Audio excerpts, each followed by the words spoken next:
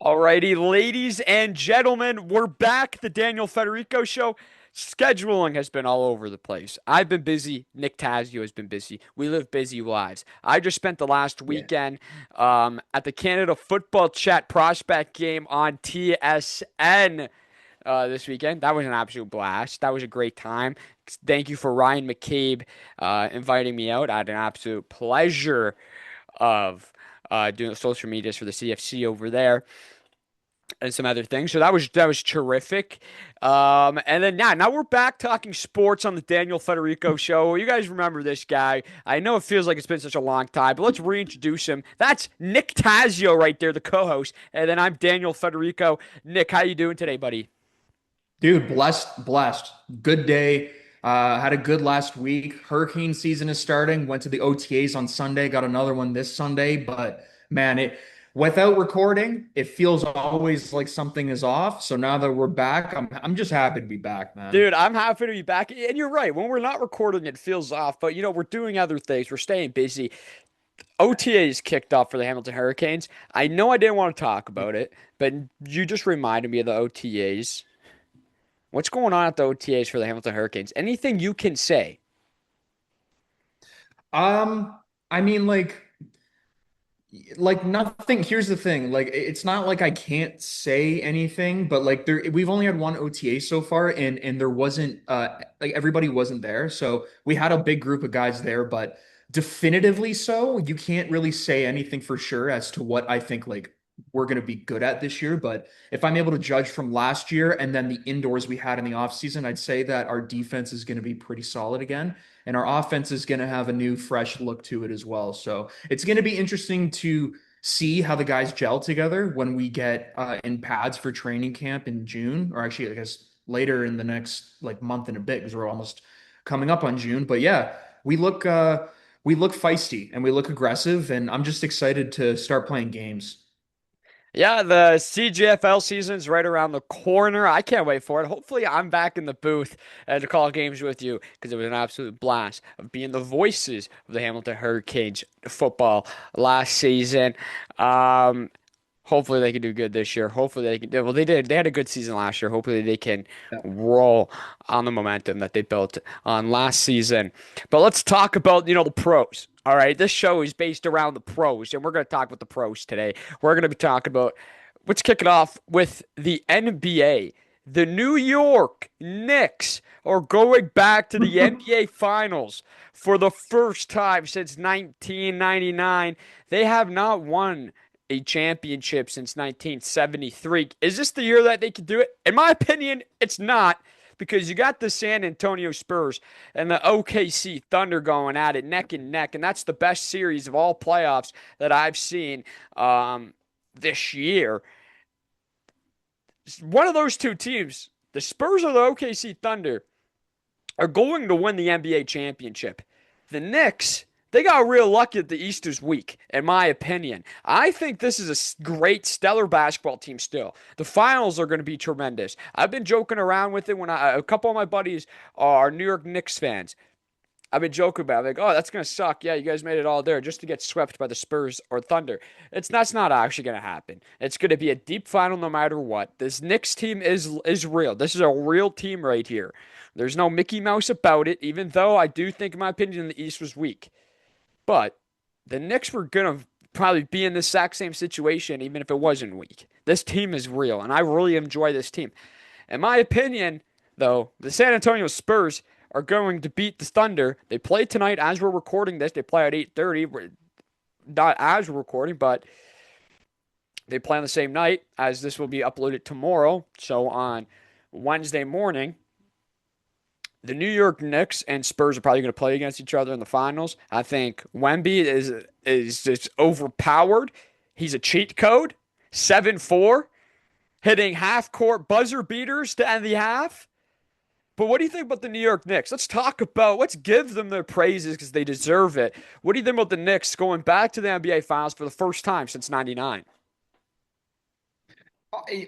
For me, it's huge because like this has been a team that has been pretty bad for the majority of our lifetime. I was born in 2003. You're '02, I'm right? 0-3 too. Hey man, look at that. We're You're 0-3. You're 03 too, but you're just a bit older than me, I believe. Yeah, But January baby.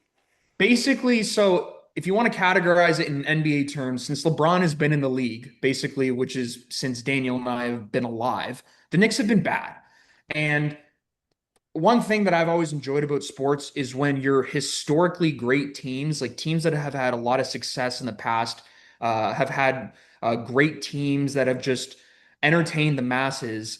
When they're good, it almost makes the sport a bit better. And I know this sounds weird, but like, for example, the Celtics, the Lakers, the Knicks, the Pistons, like your original teams, your teams that you really associate the NBA with are the ones that, for me, captivate me the most. And especially with the Knicks being in the city of New York and not seeing like a lot of New York sports championships, like maybe our parents have seen back in like the 80s and 90s.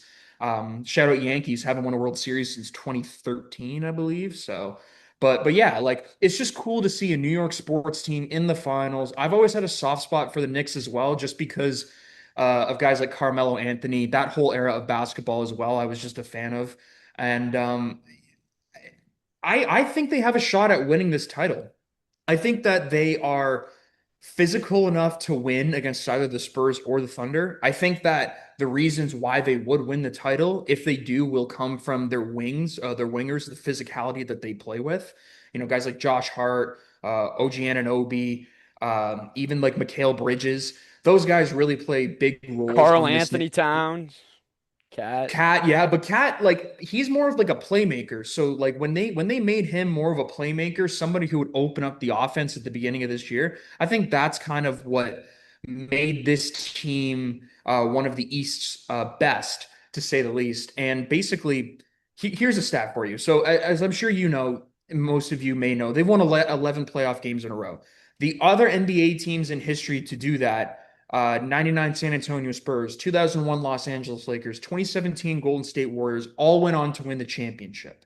And now I'm not saying that because the Knicks won 11 in a row that they're going to join that club. But what I will say is they definitely have the championship makeup and the championship DNA. And I will say this, having a star player on your team that acts like a star both on and off the court and is able to come through for you consistently in the biggest moments. Like, guys, since Jalen Brunson arrived 2 seasons ago, the Knicks have been consistently getting better. And we haven't really talked about consistency or even associated that word with the Knicks in our lifetime. So for us to look at the New York Knicks and for them to be in the finals for me is super cool. Obviously, it matters who they're going to face up against, but I think regardless, they have a solid chance at pulling this one out. I'm with you. It's going to be a deep series, 6 or 7 games. Home court advantage is going to matter greatly depending on who they play, because as you know, going to the Garden is definitely something. But also, going to play in San Antonio and then going to play in Oklahoma City is not easy as well. Both of those cities know championship basketball.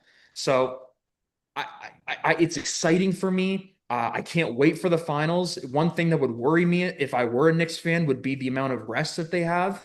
They're going to have like a week to a week and a half of rest before they even play their first NBA Finals game. And that kind of came, it didn't really bite them in the butt, particularly against Cleveland, but they started out a bit slower than usual in game one, excuse me.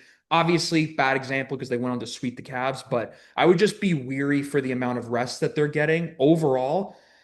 This team has been dominating teams in the playoffs. They've only had one single digit win in this year's playoffs, and that was game two in their second round series against the Sixers, where they won only by 6. They have 12 wins by 273 points in total. They blow teams out of the water, but as we know, whoever they play, whether it's the Spurs or the Thunder, are definitely going to be their toughest match yet. Yeah, 100%. But let's talk about the Cavs for a second, too. That was a mockery of the sport last night. That was a mockery of the sport, the Cleveland Cavaliers. I think in a game that you're down 3-0, okay, you're going to play probably harder defense. You're going to contest on every shot. You're just going to play tougher, grittier, and you're just going to lay everything out on the line last night. And the Cavs did not do that. They made a mockery of the No. sport and they gave up right on tip off.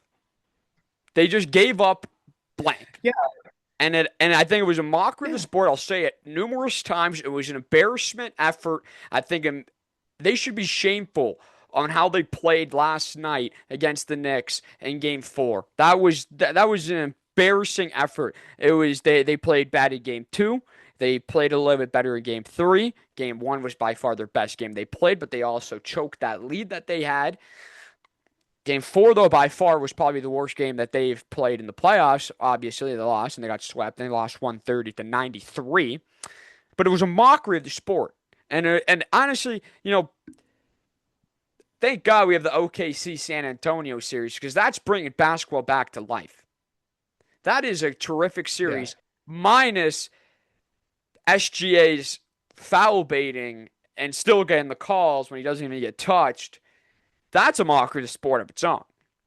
But last night's effort for the Cavs was just an embarrassment. And I think the whole entire team and the whole entire organization is the laughing stock of the NBA now.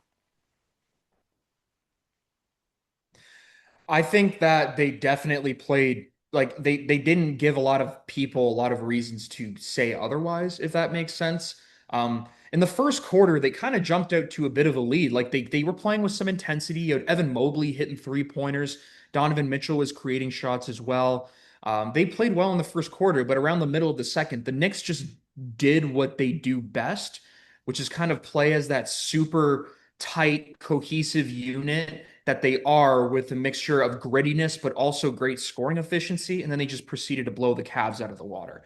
And you heard numerous times over the broadcast last night, and then even like the inside the NBA crew kept saying the same things that you're saying, Daniel, how they are giving up and they're not playing with any effort. And basically you can tell that the Cavs have no life. And I can't argue with you because the way that they were playing was so poor that you could tell that there was, you know, little to no effort in the passes that they were making. They weren't putting a lot of effort into creating good shots. They were more just kind of jacking up threes wherever they could, either because they felt that the hole was too big to climb out of, or they felt that they hastily needed to take those shots.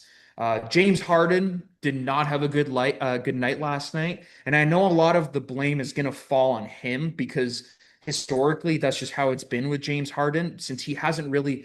Well, let's just be honest about him. Great regular season player, underachieving playoff performer. That's what James Harden is like.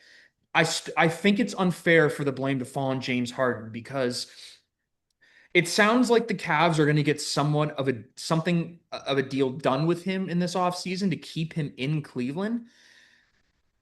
What I will say is for fans to put the emphasis on James Harden to at his age right now, by the way, to make the Cavs win, that's just foolish in a way. You can't rely on James Harden in his what is he's over 35 now. He has to be. But at 36 his years age, you old.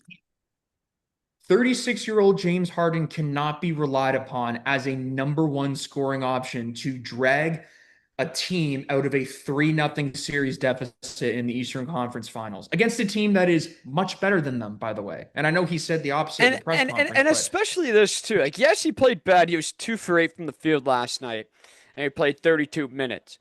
But when the rest of the four players on that court have given up also,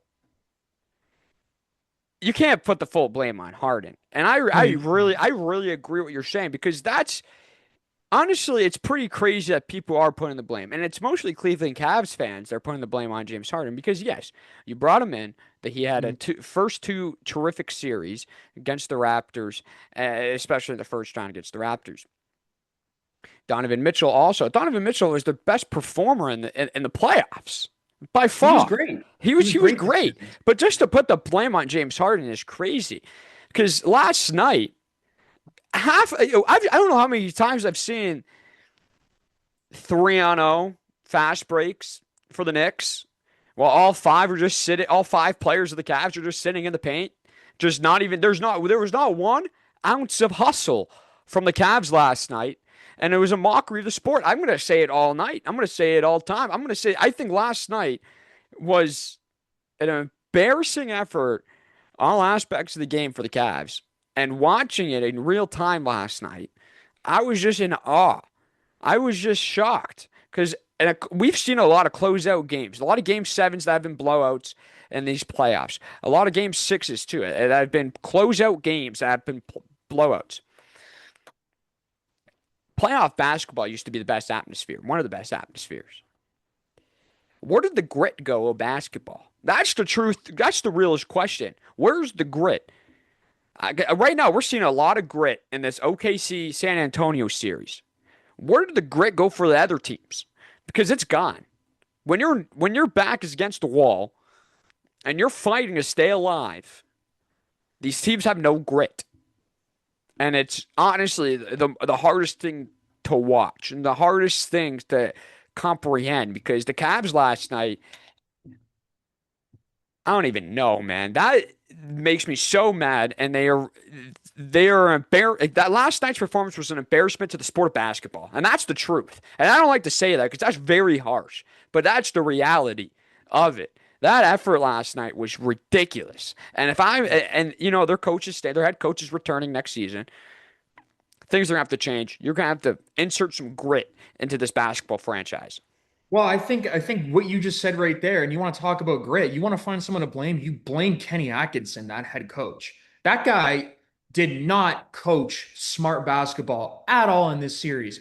We talking about holding on to your timeouts, and then you're talking about how, oh, it doesn't really matter that our three-pointers didn't fall because at least our looks were good. So in reality, with that line of thinking, just because we had good looks means that we should be winning anyway. And it's just that's a whole analytical debate that I won't get into, but like Kenny Atkinson to me is the biggest problem of the Cavaliers team in general. I felt that their players were just overmatched by the Knicks for a number of reasons. Number one, I think the Knicks lineup is just flat out better, but I Yeah, also think the Knicks, yeah, let's be honest. Like the Knicks were a tremendous team, and I think yeah, they were the going to Knicks. win this series no matter what. Am I shocked that they won it in four straight? Yes.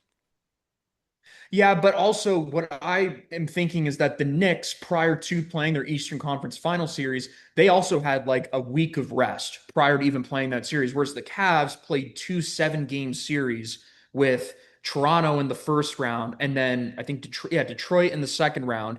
Went 7 games with both of those teams, came out victorious in both of those series, and then had the misfortune of matching up against clearly the best team in the Eastern Conference all year round in the Eastern Conference Finals. So, in a way, I think this was just almost fated to happen, but the fashion in which it did occur was downright embarrassing. It's embarrassing, I think, for Kenny Atkinson in particular, and I might be unique in terms of me saying this, but I don't put as much blame on the players. And when I look at this series loss, I just look at guys who are tired from playing two 7-game series back to back, and also in need of better coaching. A lot of game management, like a I good gotta game. ask you this. I gotta ask you Yeah. this. Do you think they were the reason why they lacked the effort last night? Because in the first quarter, it looked like they had it. Like Yeah. it was going to be a close game for all four quarters, but then the second quarter, I would actually say probably halfway through the first quarter, it kind of slipped away from them, and it felt like that their effort was really leaving, and it was leaving their body quickly. You think they just zoned out their coach? You think they're like, man, I'm done with this guy. I'm done with this season. Do you think the coach lost the room in this series? I don't think so, just because it was an Eastern Conference Finals game, and I think it's harder for players to kind of shut down and then rebel against their coach openly like that in like a game of such big But and, magnitude. and that's what Because but like that's also why I can't comprehend on that effort last night. Still, if they didn't turn their back on their coach, why was that effort so lackluster? Maybe was it because they were tired? Because yes, the coach was holding on to the timeouts, but at the same time, though, they're professional athletes, and yes, they played 14 games in the last two series, both game sevens. But like, there's really, I don't think there's ever going to be a straight answer on what the heck just happened in this series against the Knicks, and there's never go ever going to be an answer on what happened in Game 4 on a Monday night. I think final thoughts for me here, like just to round off what I think, I can agree with you there to an extent. I just think that these Cavs players were really fatigued for playing those grueling opening two playoff series. Also, you can just look at their roster, compare it to the Knicks, and say that simply they don't have enough to build around Harden, Mitchell, and Evan Mobley, as compared to, the Knicks who have like they're bringing Landry Shamet off the bench, and then he's dropping 10 to 11, 10 or 11 points in the fourth quarter on like whatever, like 60% shooting from 3-point range. Like when you have a guy like that you can bring off the bench, they don't have that's the thing, depth. The Cavs don't have the depth that the Knicks do. Couple that with the fatigue that they have accrued after playing two grueling 7-game series. And then, the coach, I don't know what was going on there with him holding on to his timeouts. I don't know. I really don't know. But I don't think the players just quit on him. I think it was more so of a combination of everything kind of coming and crashing down on them. Yeah, 100%. But I agree with you on that. I just don't like the fatigue part because they're pro athletes. All right, and it's playoff time. Yeah, you just got done with an 82 game But series. But like fatigue can't exist in the playoffs anymore. That's the damn truth. Because man, like you guys are it's the Eastern Conference Finals. There's a trip on the line to the NBA Finals. You got to power through that. And that's the damn truth. I think that's just me because I'm a coach and I speak from it. Like when I speak of football, fatigue doesn't matter when it's big games. Big moments, the stars will come out in full force. And the stars in New York, the lights were bright in New York. Came out in full force last night. It came out full force in this series. Came out full force in these playoffs, even in the regular season. The lights were not too bright for the stars in New York, and it showed last night, and it showed in all these playoffs because the Knicks they could easily be fatigued too. Yeah, they had a week off before this series got kicked off. Now they're about to have another week off before the finals kick off. But it's the pros, baby. It's the pros, and it's the Eastern Conference Finals. It's playoff time. And when there's a trip on to the NBA Finals, a trip for the NBA Finals on the line, you got to find that next gear and you got to power it through. You just got to you got to find your inner dog and you got to unleash it. You got to start barking around that locker room. You got to get something going.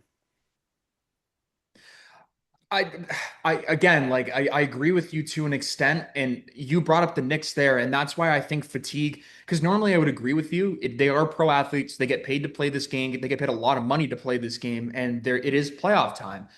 But I think when you have the Knicks who are coming off a week to a week and a half of rest, and then the team that they're facing is coming off of a 7-game series in which they have, I don't know, like a day and a half of rest. And then before that 7-game series, they played another 7-game series. I think fatigue is just bound to enter the atmosphere in terms of it being a storyline. And that's the only reason why I'm going to give the Cavs players the benefit of the doubt and just say that tiredness did play a factor because the other team that they were facing, the New York Knicks, had that much more rest. Where That is true. They did. They had the rest. They had the depth, so they were still fully rested. While you have guys playing 32 to 40 minutes a game, but in any sport for kids listening to this, when there's a prize on the line, you got to find that second gear, and you got to yeah, condition yourself to find that second gear because once you find that second gear, it is going to be hard for your opponents to stop you. But let's move on to the next series, the West Final, the West Conference Championship series, tied at 2-2 right now. Tip-off is tonight. This, as we're recording this at 8:30, the Spurs and Thunder. Stephon Castle has been a terror in the paint. He's terrified the Thunder in the paint. Wemby is a cheat code. He is overpowered. He's on the he is the most he's the funnest player to watch in the NBA by far. We have SGA making a mockery of the sport. That's the truth. I'm all in on SGA. I love him. Canadian boy from Hamilton, Ontario. But what he's doing is foolish for the sport. Did you see that one play where he didn't even get touched and they still called it a foul? I he just reminds me so much of James Harden 10 years ago. Yeah, but it's terrible to watch and it's an embarrassment to the sport too. But this series has been great though. I gotta say, both teams are leaving everything on the line each game. We have a great defensive matchups going on here. But going back on Wemby, no one is going to stop Wemby in these playoffs, and no one has yet.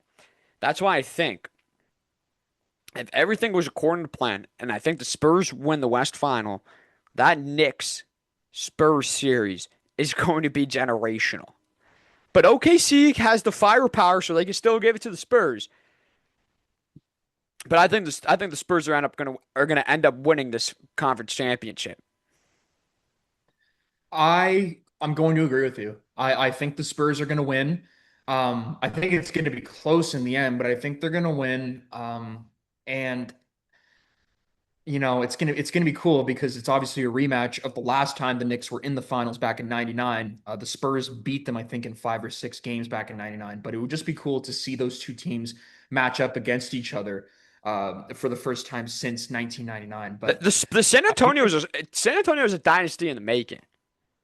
It it is. I don't want to go ahead and say that because Wembanyama, at his size of 7 feet 5, and with his prior history with blood clots, which we know to have prematurely retired NBA Hall of Famer Chris Bosh, that is the only reason why I'm not going to say that they're a dynasty in the making just yet. Because If he stays healthy though, if he that's stays dynasty. healthy, Yeah, if if I can if agree he with you. Yeah. stays if he stays healthy and then they continue to build around Castle, Harper, Wemby, obviously, and Fox the right way, and which they obviously will because the Spurs are one of the best run organizations in North American pro sports.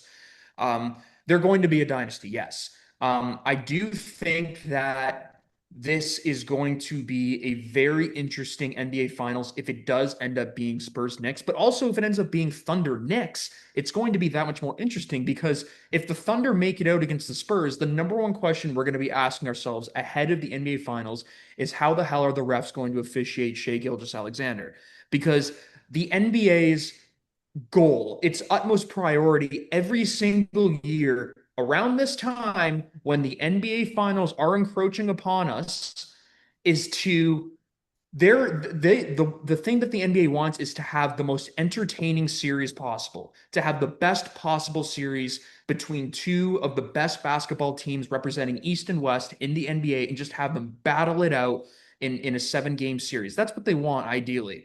So that's why I think the question of officiating will be an interesting one if the Thunder were to make it to the finals, because objectively, watching Shea Gilgeous-Alexander flop around to go to the free throw line is not fun basketball. And we're going to talk about Arsenal later, who also don't play a very attractive brand of football. But you know what I mean? I think that it becomes an interesting question because the Knicks are a physical team as is, and SGA, regardless of what stage of the playoffs he's in, is going to be foul baiting. I'm just interested to see whether the refs let it go or not. And then as for the Spurs, you know, it's no secret. There is no clear cut, conclusive answer to stopping Wembanyama. If they make the finals, you better believe Cat and Mitchell Robinson are going to be banging them on the low post almost all the time.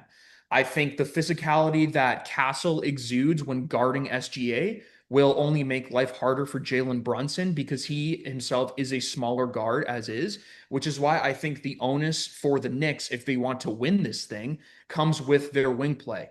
Guys like Bridges and Anunoby and who's the other guy that how did I just blank on a famous Knicks? Oh, Josh Hart. Excuse me, Josh Josh Hart. Hart. Josh Hart. Hart. Guys who exude physicality on the wings, can knock down shots, and can keep the opposing team's forwards in check. That is where I think the true recipe for success for the Knicks will come from. For the Spurs, I think it's obvious. It's just that Wemby absolutely dominates the Knicks. And for the Thunder, if they were to win the NBA Finals, I think it would just come on the heels of Shea Gilgeous-Alexander getting to the line a lot, but also their defense as But you well know what I because was they're very thinking? You know what I'm thinking too? Like it's so you take the free throws obviously away from SGA. He's still a very impactful player. He's still he's back-to-back MVP. Like there's no question about that. But I think if the refs, the officiating crew is calling the game a lot more loosely, letting a lot more things go, I think that's going to impact SGA a lot, and that's going to cause him creating some turnovers. because he's going to be trying to flop around like a fish, and they're not going to call it. But the ball's in the air because he just flopped and threw the ball in the air. That's going to cause some problems for SGA, and I think this is where it's going to take him 2 games to figure out what type of game that they're calling. And then when for the Knicks though, they're going to take those 2 games, and they're not going to give any of those games back because New York. I like the team. I like the roster. I'm not a big fan of the Knicks. I don't really like any other team in the NBA other than Toronto Raptors. I'm gonna be totally honest there. I don't like any other East team. I don't like any of that. I'm gonna be biased as I can, but they are a terrific team roster wise. I do think though, if it's OKC and the Knicks, I think the Knicks will have a better shot at winning the championship. If it's the Spurs, give me the Spurs in 6. I'll say if it's Knicks Spurs, I'm gonna go crazy. I'm gonna say Knicks in 7. Knicks in 7 And against the then for Spurs. Knicks in 7 against the Spurs, and then Knicks Thunder, I'm going to go Thunder in 7 because I think the Thunder winning the championship last year and then mostly keeping the exact same roster, guys with that championship experience and know exactly what it takes to win a finals at this point. I think that will overall edge the Knicks' physical, gritty, offensive and defensive styles. So yeah, if it's Spurs Knicks, I got Knicks in 7. If it's Thunder's Knicks, I got Thunder in 7. So regardless, I have a 7-game series. I'm down to watch it though, because this has been the best basketball. These last 2 rounds, or these 2 series, this conference championship. The East not as much. The West has been the best. I really hope this Western Conference Finals goes to 7 games because I can totally. If this series was 82 games long and everyone played basketball like this for 82 games, NBA would be the most entertaining sport, in my opinion. I've said it multiple times. If the NBA had an 82 game series of the Spurs Thunder series and everyone played like this, all the other teams are playing just like how they've been playing in this series, the NBA would be the most entertaining sport. Basketball would be the most entertaining sport on the planet. But truthfully, the regular season is a snooze fest. Um, but yeah, with all that, I don't know, man. I honestly, the only way I could see the Knicks ever winning this championship would be against the Thunder. I just think the Spurs are sick, man. I just think they're electric. I love how they're versatile. They can go back and play both ways. They can pick it back up on defense, but the Thunder can do that too. That's why I don't. I'm gonna be honest. The Knicks are not gonna win the finals. That's the truth. They're not going to win the finals against either of these teams. The Western Conference is going to win the championship. Both of these teams are the OKC Thunder and the San Antonio Spurs. Both of these teams are electric. They both have a bench. They both giddy up on that defensive side. It's hard to get transition points against both of these teams. That's the truth. Mhm. The Knicks don't stand a chance, man. I'm going to be honest. I like this Knicks roster. I think they continue the build. They're going to be an absolute wrecking force. Even though they were a force to be reckoned with this season, they're going to be an even better team next season. And then next season could be their year. Right now, what I'm seeing out of the Spurs and what I'm seeing out of the Thunder, man, whew, nice try. You can't bank on it being next year though, because next year Jason Tatum's going to come back healthy, and the Boston And, Celtics are and going to be exactly, good so it again. might not ever be the next year. But Well, yeah, I know. I hope not. No, no, no, no, no, no, no, no, no, no, no, no, no. You went too far, Mr. Federico. You went too far because you want to know why? The Knicks deserve their place in the sun, and I think they got a 50% chance of winning this thing as of right now, where we don't know who they play. No, I will not exactly, write they the don't even Knicks. know who they're playing, and I'll still give them a 20% chance of winning this thing because both of these So you teams say right there's a here. chance. You say there's a Yeah, there's a chance. chance. There's a chance. Okay. There's a chance that the New Okay, York there's a Knicks. chance. There's a All chance right. that the New York Knicks win the championship. It's very low in my books because If the Knicks win a championship, I'm buying a Jalen Brunson jersey and wearing it backwards with the name on my chest for the first show back. hey, I'm all for that. You know what? I'm doing it. I'm all for that. Because I'm gonna be honest with you, like I just don't see it. It doesn't even matter if the Celtics were in this. The fully healthy Celtics were in the finals this year and they were going up against one of these 2 teams from the West. They still weren't gonna win because that's how high I am on the Spurs and that's how high I am on the OKC. The only thing that just absolutely makes me just crazy mad is the foul baiting from SGA. But besides that, he's still a terrific basketball player. That's the damn truth. The Knicks, they have a good roster, they have a good this. But man, this OKC team, they're the defending champions, A. B, they got the back-to-back MVP and SGA there. And then let's talk about the Spurs. They got Wemby. This 7'5", 7'5", absolutely freak of an athlete, can do it all. Half-court buzzer beaters at halftime is just ridiculous. He's an absolute cheat code in the paint. Yeah, right, you're going to try and post up against Wemby. Good luck trying. Try again tomorrow because tonight's not your night. In the Spurs team, Castle has been an absolute freak in the paint, and he's also been a freak on the defensive side. De'Aaron Fox, this is it bad to say that this might be one of the best years that De'Aaron Fox has played in the last maybe 3 seasons? I don't think so. No, it's not. It's not. The guy did spend the first years of his career languishing in Sacramento. Yeah, he was wasting his time. But that just and I just and I love how they have Harrison Barnes on the team too, the Spurs. The old man Barnes. Man, that's just hilarious. He doesn't do really much. But I find that just hilarious. I just think Just both adds of those experience. I just think both of those teams have such bigger star power than the Knicks. I do like Jalen Brunson though. I think he's a baller. He's an unreal ball player. But overall, I just don't think they're any match for any of these West teams for either OKC or San Antonio. We Time will tell. Only time will tell. But my final predictions are if it's Knicks Spurs, Spurs in seven, Knicks Thunder, Knicks in seven. All right, let's see if it comes true. We only have a little bit of time. We don't really have to talk about hockey. Let's You want to talk. go over it quick? Just talk about you want to go over the Avs and how Yeah, bad. let's go over. I don't know what's going on with Colorado. Nathan McKinnon. So right now they played tonight. Uh, they're down 3-0. They're trying to steam off elimination.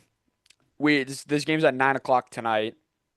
So this won't be posted. This will actually be posted after. So maybe they're in the playoffs. So maybe their series is still going on as tomorrow morning. Who knows? Hmm. I have no idea what's going on with them. Vegas is playing at an all-time high. It actually hurts my heart because I love Mitch Marner when he was at the Leafs. I still love Mitch Marner deep down, man. Even though I call him a sellout, because truthfully, and I call him weak-minded because he couldn't stand the Toronto media. But deep down, this guy has a soft spot for me in my heart, in my itty bitty heart, man. And seeing him play lights out in the playoffs has been it's been cool to watch. Hurts my heart, but it's been cool to watch. The Golden Knights they've been they've played perfect hockey for 3 straight games now against the league's best Colorado Avalanche. Cale Makar's hurt, Nathan McKinnon's now hurt. Those are your two big players right there. Kale is still playing her. Like he's playing her. He's not 100% healthy. He's playing her. Nathan McKinnon, I don't think he's playing tonight. Because last time I checked, he was a game time decision. Actually, let's figure it out right now. Yeah, it just says he's a GTD. So we're able to find out probably an hour before puck drop. No Nathan McKinnon. I'd say he doesn't play tonight. And with Cale Makar playing hurt. I They're don't see. done. Then. They're done, right? They're finished. Like I don't see Colorado coming back. No, if that's the case, like if Nathan McKinnon doesn't play, to be honest with you, I think they're done anyway because after McKinnon, like McKinnon got hurt and then blocked a slap shot with his leg, I think, like after he came back on Yeah. for in the third period. And another thing that's just driving me crazy is Wedgwood looks so lost in the crease this series. For the first time all year in this series, he has looked absolutely lost in the crease. This guy just looks. He's letting in weak shots. Some are absolutely snipes. Don't get me wrong. He's had a tough time, but there's some weak goals that he's probably gonna wish that he wants back in this series. On the other hand, Carter Hart is back in the NHL, and he's playing lights out. He comes back in the NHL after a year hiatus because I think everybody knows why. Yeah, yeah, yeah. We're not going to talk about it here because that doesn't deserve the light of day because that's the worst Uh, thing you could ever. That's the worst thing ever. yeah, we're not gonna. That's I don't. Yeah, no. Yeah, like it's a sensitive topic, and Yeah. it's not a topic for sports. No. Carter Hart, though, coming back in the NHL, he's been playing lights out for the Las Vegas Golden Knights. It feels like Carter Hart is back playing playing high level hockey because remember that last year he had with the Flyers before you know what happened. He played terribly. Even probably the last 2 years he played decently terrible. Like he played okay. Right now he's playing great. He's back to playing like he's a rookie again. He's feeling loose again. And honestly helps though that you have a pretty solid team around you with William Karlsson. Thomas Hurdle is playing lights out. Mitch Marner's playing lights out. Mark Stone is still playing lights out. This is a Mhm. deep, gritty, two-way type hockey team for the Las Vegas Golden Knights, and they're on the verge of making it back to the Stanley Cup Finals. I believe for the third time in their 9 years of existence. Give it up for the city of Las Vegas, Nevada, because they got a pro hockey team over there, and they're doing terrifically. They're doing amazingly. They're an amazing hockey team. They only had 39 wins this year. On the standard of playoffs, it's a little low because usually teams have 40 plus. But sometimes it's good to lose in overtime because in this instance, they're on the verge of the Stanley Cup playoffs. Um, Seeing Mitch Marner go to the Stanley Cup Finals in his first year in Las Vegas is probably going to make me puke. That's the darn truth. I'm probably going to be puking by 11 o'clock, 12 o'clock tonight because I'm going to be so sick to my stomach that Mitch Marner, even though I love him, he has a soft spot in my heart. That's good. I think I'm more sick for the Toronto Maple Leafs just dumpster fire of a franchise if he goes to the Stanley Cup Finals in year one. But like even Nazem Kadri for the Colorado Avalanche has been great in this series, even though it's not going Colorado's way. But man, what a series! But we're gonna talk about one more thing. We're gonna talk about the Montreal Canadiens. The series right now. So they lost last night. Can I just The say a stat real quick? Stay a stat. I got a stat. I think you'll appreciate it. And basically, yeah, the Avs are screwed because last night giving up a 3 goal lead to lose 5-3 showed me everything I needed to see. This team wilts under the face of defeat. They don't have a killer mentality, and this is the stat that's going to emphasize that. So, Daniel, in this era, and I'll make this quick because I know we don't have much time. In this era, meaning that the Avalanche being coached by Bednar, led by McKinnon, Landeskog, Makar on the ice. This era of Avalanche hockey, they have never overcome a playoff deficit bigger than 1-0. They are 0 for 5 when trailing 2-1, 0 for 4 when trailing 2-2, 0 for 7 when trailing 3-2, and they've lost every single game 7 that they have played in this era, including last year's game 7 where Mikko Rantanen put a couple goals right up on them to send Dallas to the conference finals or the Stanley, yeah. Basically, they don't know how to basically They they can't don't. overcome adversity. No, they can't overcome adversity, and that's exactly what I was looking to say right there. I thank you for saying it, but no, they can't. And they haven't faced a ton of adversity in this era because they've mainly been the best team in the regular Yeah, season. they've been the most dominant team in hockey, so they didn't have to. But they haven't had to really face adversity as much. But when they do, they lack, and that they're done. Then they're done. They're done. It's a They're wraps done. on They're this series. done. We're going analytical here. They're done. They're wraps. It's fine. They're Goodbye. Go finished. home. We'll see you guys in that. We'll see you guys again in the 2026, 2027 series because damn, those are some numbers. Since John Tortorella was hired too, Vegas is 18-4-1 heading into game 4 tonight. That is not a bad And trade. yeah, and let's Letting talk go about this that 1 second. Actually, what a near hire. what an end season hiring Yeah. because they did fire Bruce Cassidy, Who and that was a is look. awesome. Yeah, but that was a little bit of a shock because he's got them a playoff spot, and then they lost like the last like 4 or 5 games before Torts got there. They hired John Tortorella, completely demands greatness from this locker room right away. And he doesn't care about personalities. He doesn't care about egos. He's a hockey guy through and through. And he's got this team right on the verge of the Stanley Cup Finals. What a hire. Give the organization, give the front office a round of applause because that Las Vegas Golden Knights front office is doing a 10 out of 10 job. They got out. They went out, got Mitch Marner to add to this team. And some would say it's a ballsy move to fire a coach when there's probably, I think there were 2, 3 weeks before the playoffs started. That's ballsy. That's real Yeah. ballsy right there. And they pulled it off. It's like, wow. John Tortorella has this team on the brink of going to the Stanley Cup Finals. Woo! That's terrific. Shout out Torts. Joe, shout out Torch. But let's move on and talk about the Montreal Canadiens. Mm. They don't know how to shoot the puck, I guess now. They lost last night in OT, losing 3-2. The Hurricanes go up 2-1 in the series. They beat the Tampa Bay Lightning with 9 shots in round 1. They beat the Buffalo Sabres because the Sabres were going through a goalie crisis in the second round with Luukkonen and co. And at that time, there was problems of them shooting the puck. But they should have learned in the second round against the Sabres. If you get pucks on net, good things happen, and that's a darn truth. And now the Canadiens last night they lose with only 12 shots on net. And Martin St. Louis, I love him. NHL legend, Marty St. Louis. I think his coaching philosophy, because I was watching SportsCenter this morning, and I guess there was a quote that I guess he said that he was telling his players to not look so closely at the shots on the jumbotron. I'm going to ask you this question here, Nick. Yeah. How do you win hockey games? Usually by putting the puck in the net. Yeah, I think so too. Yeah. Guess not, because Montreal Canadiens have forgot how to shoot the puck. At one point, they didn't have a shot for 22 minutes in last night's game. In the Tampa Bay Lightning series, where they won the game when they only had 9, 10 shots, they didn't have a shot on net for almost 30 minutes. I'm going to ask you this again one more time. Mm.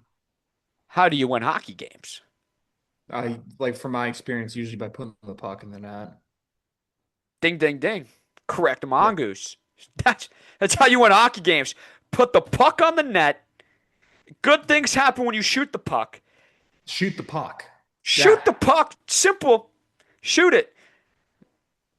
And if they shot the puck last night, I bet they would have beat the Hurricanes. Instead, they lost in overtime because of Lane Hutson's mistake. Do I like seeing a Canadian team, a team from Canada, in the conference final? Yes. Do I wish it was the Toronto Maple Leafs? Yes. Am I ever going to see that? No, because that's a dumpster fire of a front office. So, am I cheering for the Montreal Canadiens? Yeah, a little bit, because let's see Canada get back on top. Let's see a Canadian team win the cup. But how could I cheer for a team that doesn't even shoot the puck? And then Yeah. Lane Hudson goes and makes a mistake in overtime and it costs them the game. Ay, ay, ay. Yeah, I don't know. But we only have 5 minutes left. Got to That's ask you crazy. this question. Arsenal Premier League champions, Como from Serie A. Going Champions League. Going dancing next year in Champions League. What do you think about those two teams? I'll start with Arsenal first. It's their first title in 22 years. So since 2004, which is the Invincibles era that everybody finally remembers with Henry and Robert Pires and Bergkamp as well. They lifted the trophy on Sunday as they defeated Palace 2-1 in the game that Daniel and I talked about a few weeks ago when we talked to Champions League final. They deserve it. They finished runners up 3 seasons in a row prior to this year. This was basically a 7-year process when, Mikel Arteta was hired as an assistant coach from Manchester City. And in that 7-year process, they've built the roster into an insanely deep team. And they won the league this year with a ton of injuries to a ton of star players, guys like Bukayo Saka, Jurriën Timber, Martin Odegaard, Mikel Merino, Ricardo. I could literally go on and on and on.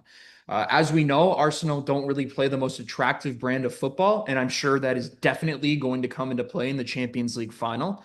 But what is regardless is that they won the league with a very stout defense, very good with set pieces, particularly corners, putting the ball in the back of the net. They know how to crowd the box properly. And really, like this is, as I said, the result of a 7 year process. And I think this year, them winning the title in what is now Pep Guardiola's last year in the Premier League as he now departs Manchester City. I'm sure we'll talk about that more next time. Um, Arsenal, this means a lot because Arteta finally was able to get one over his mentor, the guy who really taught Arteta how to run a football club as a manager. Because Arteta spent a ton of time with Man City as an assistant coach on the bench, learning behind Guardiola. For him to come to one of Europe's most premier clubs that has not seen a lot of domestic and continental success at all, and have him come potentially live two very big trophies in a row in this year. Very, very, very impressive. They only allowed zero point 0.4 goals per game this season. And they deserve every bit of it. I know the brand of football that they play is not very attractive. I don't really like watching it myself, but what is true is that this is a rigid, disciplined, and to an extent, in their own way, a free-flowing team in the way that they're able to play super comfortably with the lack of openness in their play. I think this year the defining moment of the season for me is when Max Dowman scored that goal as a 17-year-old coming off the bench. I think with Pep Guardiola leaving and with a bunch of change in general just coming to the Premier League, Xabi Alonso going to Chelsea, all that, Liverpool are probably going to look for a new manager. This is the team to look at going forward definitively as the best team in England, and they definitely, definitely, definitely, definitely should be looked at as the odds-on favorite to repeat next year. As for Como, good for them. Recently came into Serie A as far back as 2024, so they've only been in Serie A for about a year and a half. Because don't forget, the season that just ended was the 2025-26 season. We are in 26, but we are playing the remainder of the 2025-26 season from last year. Cesc Fabregas is an amazing head coach, amazing manager. He plays a very technical, precise possession brand of football that has seen Como rocket up to the top four standings. They're now going to join Inter, Napoli, and Roma as Serie A's four UCL representatives. Milan, Juventus will join the Europa League, and Atalanta will get the Conference League spot at seventh place. Como were playing in Serie D as recently as 2019, and they have had an influx of money come in from different investors and whatnot to turn them into the brand that they are, because that's what they operate as, not a football club, but a brand. They have clothing collections that drop. They really play into the fact that they play in the town of Como, which obviously houses Lake Como, one of the most prestigious and premier spots in Europe to vacation.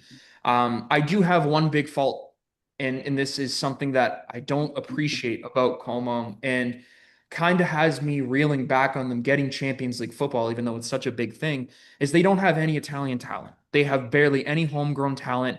In fact, this is a stat that's quite troubling, is Fabregas only played one Italian player in the 29 first matches that they played in Serie A. He played one Italian player. His name is Eduardo Genagiga, and he played for 1 minute as a defender against Fiorentina. That's it. That is all the Italian minutes that were played in Como's 29 first 29 Serie A matches. So I think that it will be fun to see them play in the Champions League. It's certainly going to be cool to see those big European clubs or whoever comes to play Como go to that stadium that's perched on the water.